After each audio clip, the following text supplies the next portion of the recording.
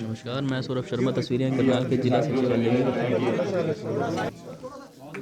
तो ये तस्वीरें देख सकते हैं कि आज 25 दिसंबर है और 25 दिसंबर का दिन हर साल सुशासन दिवस के रूप में मनाया जाता है। तो वहीं देख सकते हैं कि शिक्षा मंत्री करनाल पहुंचे हैं और पूर्व प्रधानमंत्री भारत रत्न श्री अटल बिहारी वाजपेयी जी की जयंती के उपलक्ष्य में आपको बता दें कि सुशासन दिवस मनाया जाता है। तो वहीं आपको बता दें कि शिक्षा मंत्री कंवल पाल आज करनाल पहुंचे और देख सकते हैं कि लोगों को सर्टिफिकेट देते हुए नजर आ रहे हैं। कहना चाहेंगे, आज सुशासन दिवस मनाया गया, क्या इसका अर्थ है और क्या इसका उद्देश्य है? कि आज भारत रत्न भारत के पूर्व प्रधानमंत्री अटल बिहारी वाजपेयी जी का जन्मदिन है और भारत रत्न पंडित मदन मोहन मालवीय जी, जिन्होंने शिक्षा के क्षेत्र में देश की आज़ादी के लिए बहुत बड़ा काम किया, ऐसे दो महापुरुषों का आज जन्मदिन है और उनकी प्रेरणा से ही माननीय प्रधानमंत्री जी ने इस दिन को सुशासन दिवस के रूप में मनाने का एक निर्णय लिया और आज उसी का एक आयोजन पूरे देश में किया जा रहा है।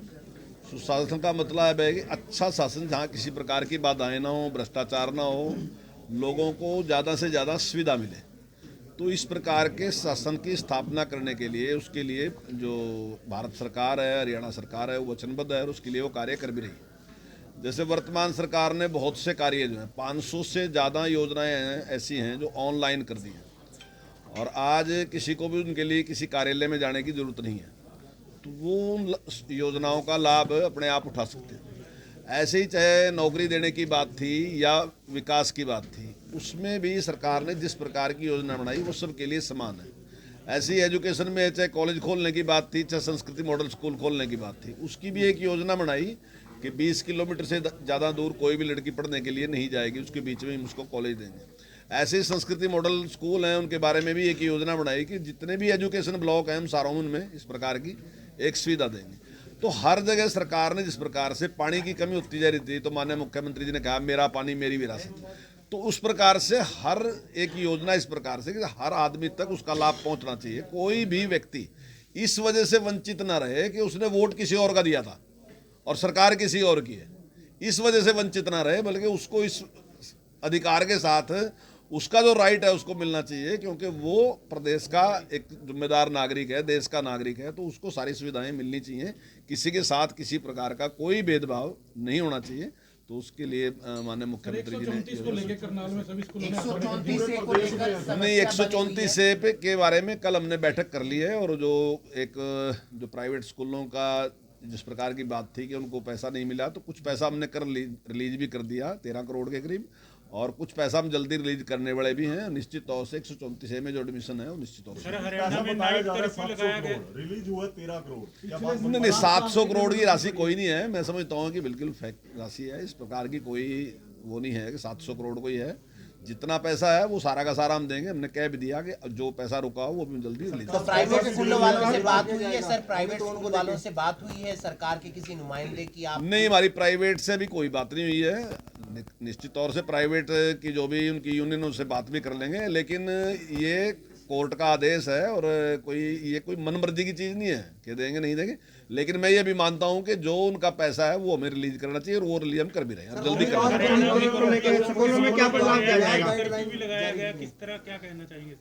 देखिए, इसके बारे में पूरी तरीके से सरकार जागरूक है और सभी नियमों का पालन हो रहा है। जो हमने स्कूल भी खोले हैं वहाँ भी सभी नियमों का पालन हो रहा है और अभी तक मैं समझता हूँ कि बिल्कुल ठीक ठाक है। अभी कोई इस प्रकार का कोई बहुत बड़े वो नहीं है, लेकिन फिर भी सुरक्षा की दृष्टि से हमें सारी चीजों का करना चाहिए। स्कूल बंद करने की देखिए, अभी तक कोई एक मिनट अभी तक कोई असर नहीं है स्कूलों के ऊपर। अभी तक हमारे स्कूल जैसे पहले चल रहे थे बिल्कुल वैसे ही हमारे स्कूल चल रहे हैं।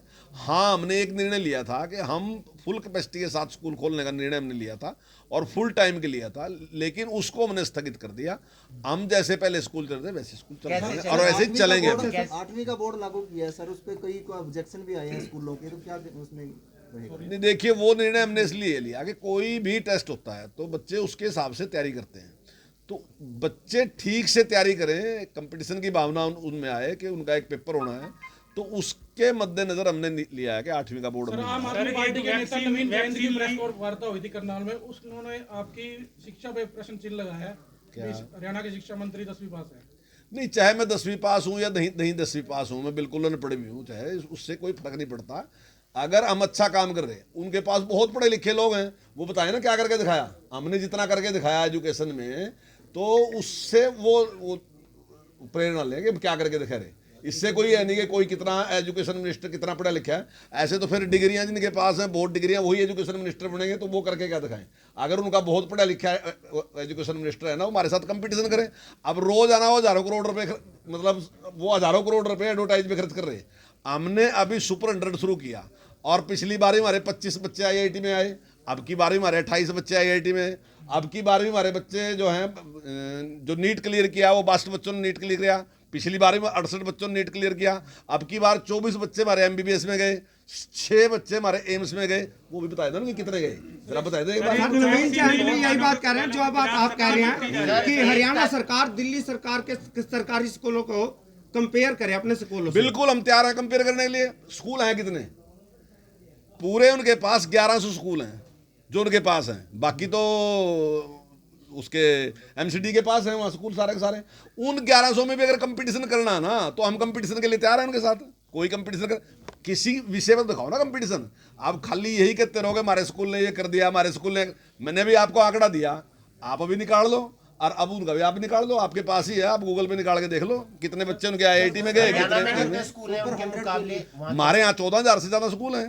सर कोचिंग सेंटर पुराने स्कूलों से पेरेंट्स और अगले स्कूल वाले उनको एडमिशन नहीं दे रहे। 114 प्रकार का आदेश दिया, पहले हमने छूट दी थी, उसमें जो कोर्ट का आदेश सर, है, तो 1 तारीख से वैक्सीन, मतलब जिनके नहीं लगी होगी वो सार्वजनिक स्थल पर नहीं जा सकते। देखिए, मैक्सिमम लोगों को वैक्सीन लग चुकी है, जो 1 डोज है लग चुकी, लेकिन उसमें गंभीरता है, इसलिए सरकार ने इस प्रकार का निर्णय लिया। सर, निजी स्कूलों और सरकार के बीच चल रहे मतभेद के चलते 134 के तहत जो बच्चे हैं उनके भविष्य खराब हो रहा है सर। नहीं, बिल्कुल कोई मतभेद नहीं है। निश्चित तौर से एडमिशन हो गए, मैं आपको विश्वास चिंतित है काफी पेरेंट्स उसको लेके। नहीं, मैं मंत्री हूँ, मैं ही आपको विश्वास दिला रहा कि बिल्कुल 100% एडमिशन। भर्तियों को लेकर लगातार विवाद है सर, भर्तियों को लेकर, सरकारी भर्ती। कोई विवाद नहीं है भर्तियों को लेकर। देखिए, जब भी हम कोई काम करते हैं, कहीं ना कहीं कोई खामी, कुछ लोग इस प्रकार के होते हैं, दुष्ट प्रवृत्ति के होते हैं, निश्चित तौर से अपने लाभ के लिए वो ऐसे काम कर देते हैं। तो निश्चित तौर से यहाँ भी इस प्रकार का काम हुआ। इसका मतलब ये नहीं कि सिस्टम नहीं ठीक नहीं है, सिस्टम बिल्कुल ठीक है, और सिस्टम से एडमिशन हुए। कुछ लोग ऐसे हैं जिन्होंने इस प्रकार का काम किया, उनके खिलाफ सरकार कार्रवाई कर रही है। जिन्होंने पेपर लीक किया था, उनमें मैक्सिमम लोग जो है वो जेल में चले गए, और इसमें भी जिन अधिकारियों ने काम किया था वो भी आज जेल में, और हमने टर्मिनेट उनको कर दिया। ठंड के चलते जो समय जो बढ़ाया गया था 10 से 2 किया गया था, लेकिन प्राइवेट स्कूल उसको नहीं मान रहे हैं। पालना नहीं कर रहे हैं, उनके खिलाफ किस तरह की कार्रवाई?